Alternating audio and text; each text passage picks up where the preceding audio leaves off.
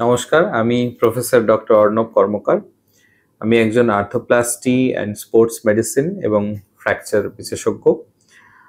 হাঁটুর কার্টিলেজ ক্ষয়ে গেছে, কিন্তু বয়সটা খুব বেশি না।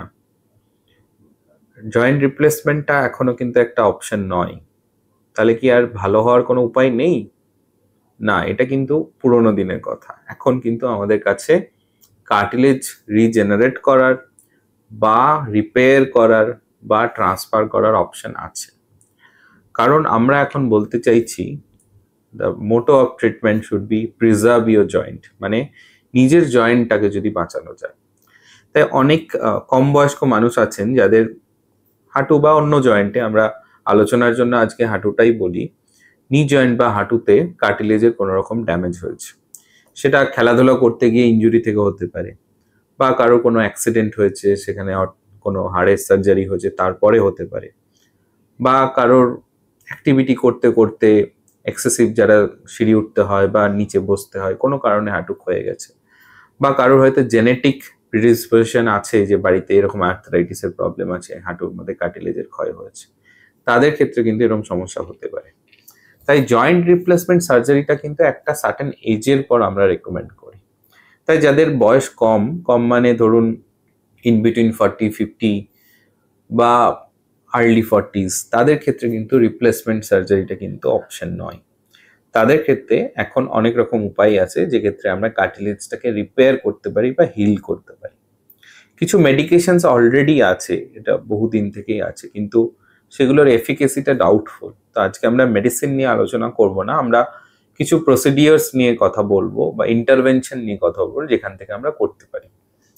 যেটা হয়তো অনেকেই শুনেছেন একটা টার্ম, সেটা হচ্ছে প্লেটলেট রিচ প্লাজমা বা পিআরপি। এটার বিভিন্ন প্রয়োগ আছে, এটা আমাদের স্কিনের জন্য, আমাদের হেয়ারের জন্য, অনেক জায়গায়। বেসিকটা হচ্ছে যে এটা রিজেনারেট করতে হেল্প করে বা রিপেয়ার করে।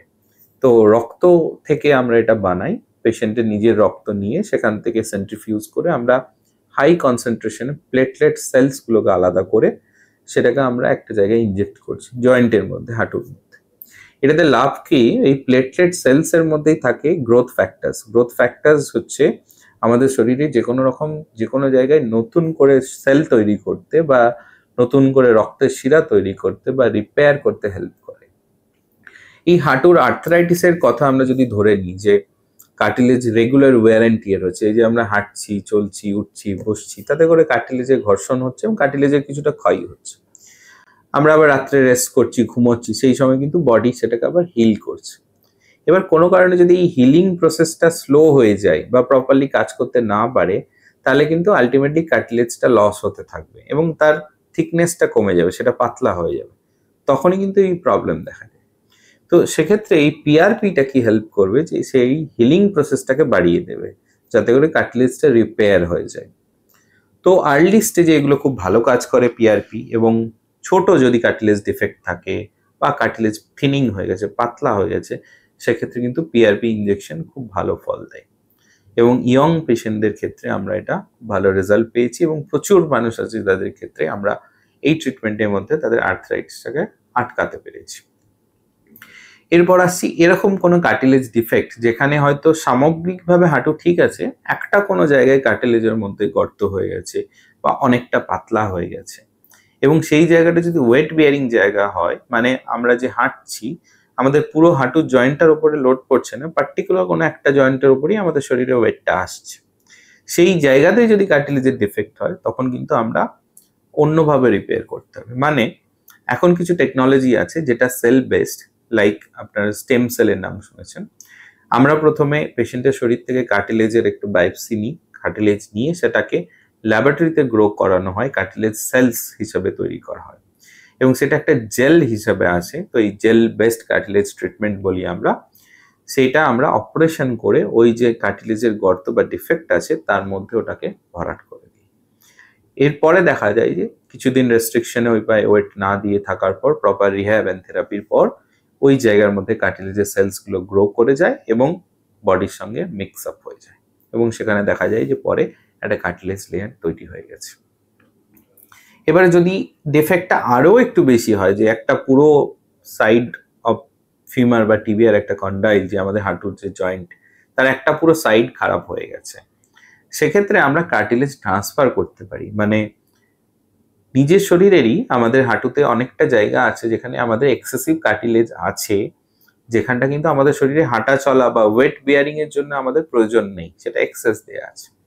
সেক্ষেত্রে আমরা ওই কার্টিলেজ উইথ কিছুটা বোন সমেত ওটাকে ওখান থেকে শিফট করে আমরা যে জায়গাতে তার প্রয়োজন সেই জায়গাতে শিফট করতে পারি। এটা একটা অপারেশনের মাধ্যমে আমরা করে থাকি, যেটাকে ওটস সার্জারি বলা হয়। বিশেষত যারা খেলাধুলো করেন, sportsman, highly active, demanding life lead করেন, যাদের ক্ষেত্রে এরকম কোনো ইনজুরির পরে এরকম কার্টিলেজের ডিফেক্ট হয়ে গেছে, তাদের ক্ষেত্রে আমরা এরকম কার্টিলেজ ট্রান্সফার করে থাকি। এটা যেহেতু নিজের শরীর থেকেই আসছে, তাই এটা হিলিং পুরোপুরি হয় এবং 100% হিলিং হয়, এবং এক্ষেত্রে আমরা কিন্তু আগের মতো শেপে কার্টিলেজটা ফিরে পাই এবং 100% ন্যাচারাল এবং যেরকম মানুষের হওয়া উচিত সেরকম পাই। তো এটা গেল কার্টিলেজ ট্রান্সফার। এমত অবস্থায় এখনো অবধি আমাদের কাছে এই 3-4টে উপায় আছে যেভাবে আমরা কার্টিলেজকে রিজেনারেট করতে পারি বা রিপেয়ার করতে পারি বা ট্রান্সফার করতে পারি। এছাড়া আর কিছু অপারেশনস আছে যেগুলো অনেকেরই আপনারা দেখে থাকবেন, যে পায়ের বাঁক এসে গেছে, মানে হাঁটু থেকে পাটা বেঁকে গেছে, ধনুকের মতো দুদিকে বেন্ড হয়ে গেছে, একটা সাইডেই পুরো বডির ওয়েটটা পড়ছে আর একটা সাইডে কোনো ওয়েট পড়ছে না।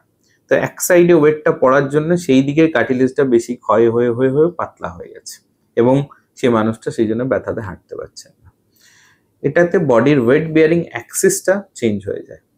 এই ধরনের ক্ষেত্রেও আমরা সেই কার্টিলেজটাকে রিজেনারেট করার জন্য আমরা ওয়েট বিয়ারিং লোডটাকে শিফট করে দিই, মানে যে জায়গাতে বেশি লোড করছে সেটাকে আমরা অন্যদিকে শিফট করে দিই। এক্ষেত্রে আমাদের হাড়ের একটা অপারেশন করতে হয়। যদি আমরা হাঁটুর জন্য ভাবি, যে হাঁটুর নিচে যে হাড়টা আছে টিবিয়া, সেটাতে আমাদের একটা অপারেশন করতে হয়, করে আমরা একটা প্লেট লাগিয়ে হাড়ের বেন্ডটাকে আগের মতো সোজা করে দিই, যাতে হাঁটুতে দুটো কম্পার্টমেন্টে দুটো সাইডেই ইকুয়াল প্রেশার পড়ে। এবং তারপর আমরা হাঁটুর মধ্যে একটা হায়ালুরনিক অ্যাসিড বা একটা জেল আছে, যেটা নর্মাল হাঁটুর জয়েন্টে থাকে, সাইনোভিয়াল ফ্লুইড, সেই জেলটা ইনজেক্ট করি। তার ফলে দেখা যায় যে ওই কার্টিলেজটা আবার ধীরে ধীরে ধীরে ধীরে রিগ্রোথ হতে যায়। তো এখন ইয়ং বয়সে হাঁটু বা জয়েন্টের প্রবলেম হলে, কার্টিলেজের ক্ষয় হলেই যে আমাদের ধরে নিতে হবে যে কোনো ট্রিটমেন্ট নেই বা আলটিমেটলি গিয়ে এটা আর্থ্রাইটিস বেড়ে গিয়ে জয়েন্ট রিপ্লেসমেন্ট করতেই হবে, তা কিন্তু নয়। এখন যদি আমরা আর্লি স্টেজে সেটা ডিটেক্ট করি এবং প্রপার ডায়াগনোসিস হয়, এই কার্টিলেজের প্রবলেমগুলো মেন কারণ হয় যে এটা নেগলেক্ট হয়ে যায়। ব্যথার ওষুধ খেয়ে, ব্যায়াম করে করে করে করে এটা প্রপার ডায়াগনোসিস না হয়ে এটা অনেকটা যখন আমরা পাই তখন অনেক লেট হয়ে যায়। তাই আর্লি ডায়াগনোসিস করতে হবে, পিন পয়েন্টে যে এটাতে কার্টিলেজ ট্রান্সফার দরকার কি শিফট দরকার, সেটা করে আমরা যে প্রসেসগুলো বললাম এই ট্রিটমেন্টটা যদি কমপ্লিট করা যায়, কার্টিলেজ কিন্তু আবার আগের মতো ফিরিয়ে আনা সম্ভব। তাই কার্টিলেজের রিজেনারেশন করা সম্ভব বা রিপেয়ার করা সম্ভব। রিপেয়ার না হলে আমরা সেটাকে ট্রান্সফার করতে পারি। আলটিমেটলি আমরা হাঁটুটাকে বা জয়েন্টটাকে প্রিজার্ভ করতে পারি বা বাঁচাতে পারি ইয়ং এজে, এবং এটাই আমাদের উদ্দেশ্য হওয়া উচিত।